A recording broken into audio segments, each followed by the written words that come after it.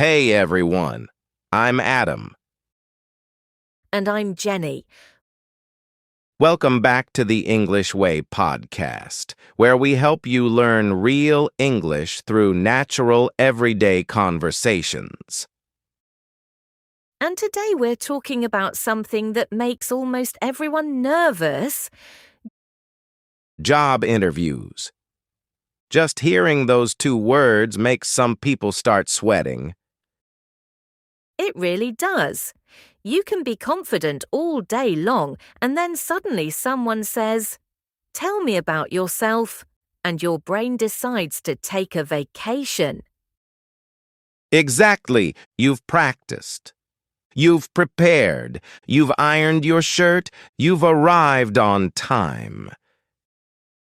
And then the interviewer asks one simple question, and somehow you've forgotten your own name. We've all been there.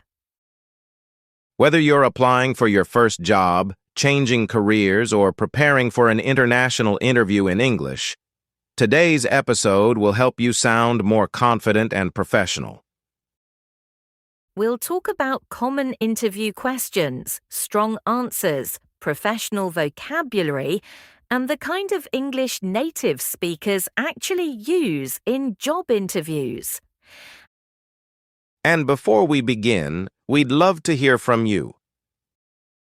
Have you ever had a job interview in English? What was the most difficult question? Tell us in the comments. Absolutely. Now, Adam, let me ask you something. What do you think is the most common interview question in the world? Tell me about yourself. Correct. And interestingly, it's also one of the questions people struggle with most. Because it's so open-ended. Where do you start? Do you talk about your childhood, your hobbies, your favorite pizza topping? Please don't start with pizza toppings. Good advice. So let's talk about what interviewers actually want. When they ask, "Tell me about yourself," they aren't asking for your life story. Exactly. They want a professional summary.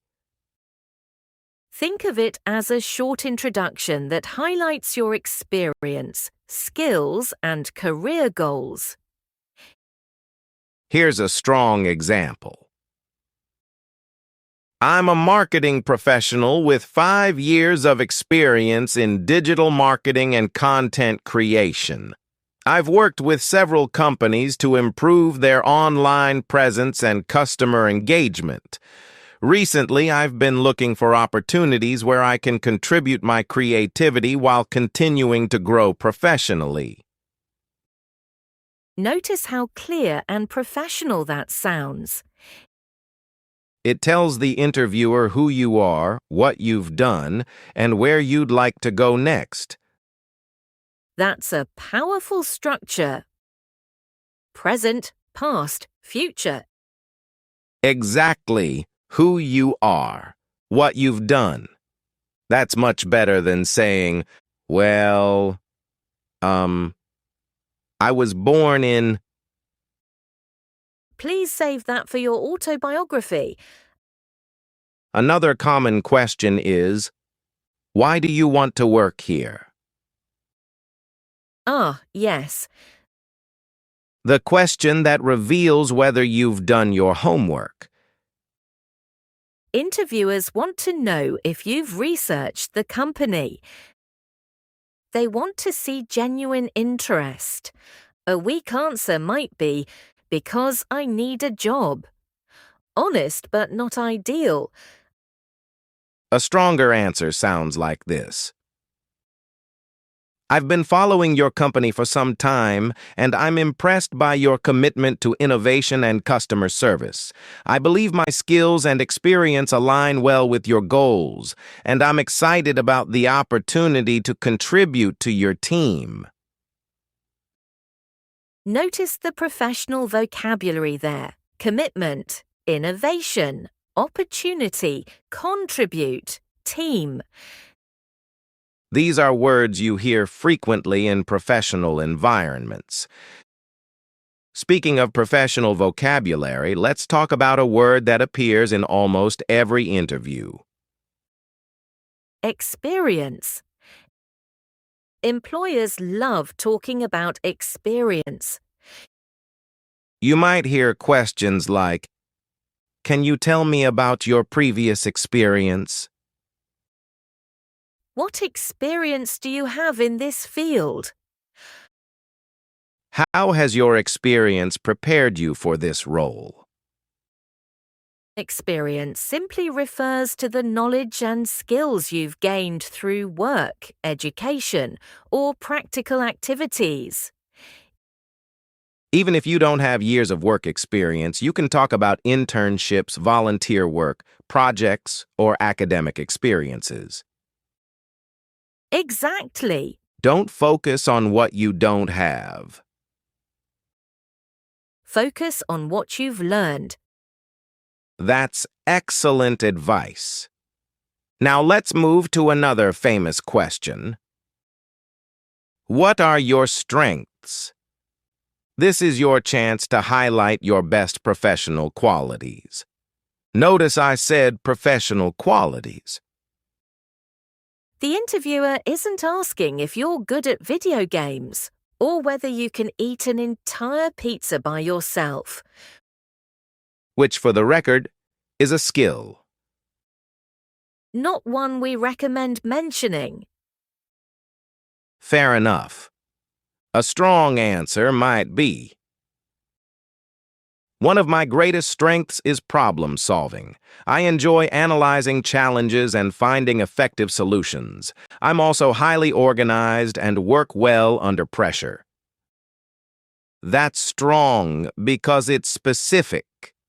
Exactly. Specific answers sound more believable. Another common question is, what is your biggest weakness? Yes, the question everyone loves to hate. The trick here is honesty combined with growth. Interviewers don't expect perfection. They want self-awareness. Here's a strong example.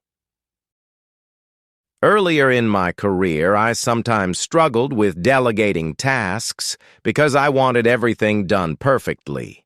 Over time, I've learned to trust my team more and focus on collaboration.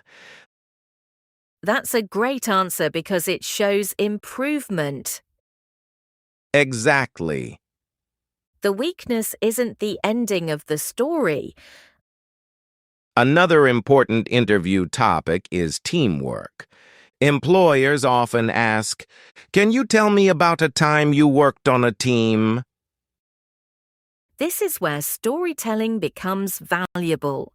Many interview experts recommend using the STAR method: situation, task, action, result.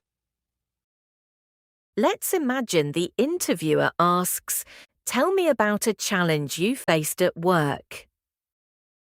A strong answer could sound like this. In my previous role, our team faced a tight deadline on an important project. My responsibility was to coordinate communication between departments. I created a tracking system and organized daily updates. As a result, we completed the project on time and exceeded client expectations. That's professional, clear, structured, easy to follow, and it demonstrates important workplace skills: leadership, communication, organization, problem solving. Speaking of communication, let's talk about professional vocabulary that can make your answers sound stronger. Instead of saying, "I helped people," you can say, "I supported clients and collaborated with colleagues." Instead of, "I fixed problems," try, "I resolved issues and implemented solutions." Instead of, "I did many tasks," try. I managed multiple responsibilities and prioritized projects effectively. Those phrases sound much more professional. And remember, professional English isn't about using complicated words. Now let's talk about confidence.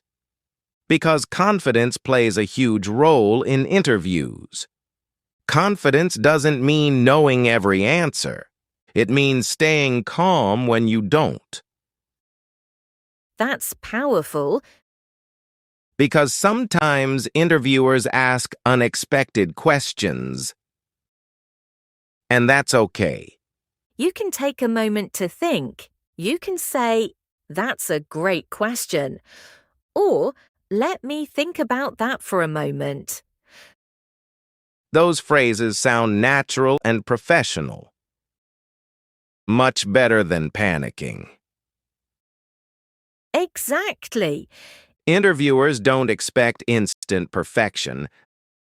They expect thoughtful responses. And remember, an interview is a conversation, not an interrogation. That's a great mindset. You're not just trying to impress the company. You're also deciding whether the company is right for you, which means you should ask questions too. Absolutely. At the end of many interviews, you'll hear, "Do you have any questions for us?" And please don't say, "Nope." That's a missed opportunity. Instead, ask thoughtful questions like, "What does success look like in this role?" What opportunities are available for professional development? What do you enjoy most about working here? Those questions show interest and professionalism, and they help you learn more about the company, which is important because interviews work both ways. Exactly. You're evaluating them while they're evaluating you. We hope this conversation helped you learn useful English. Thanks for listening. We'll see you in the next episode.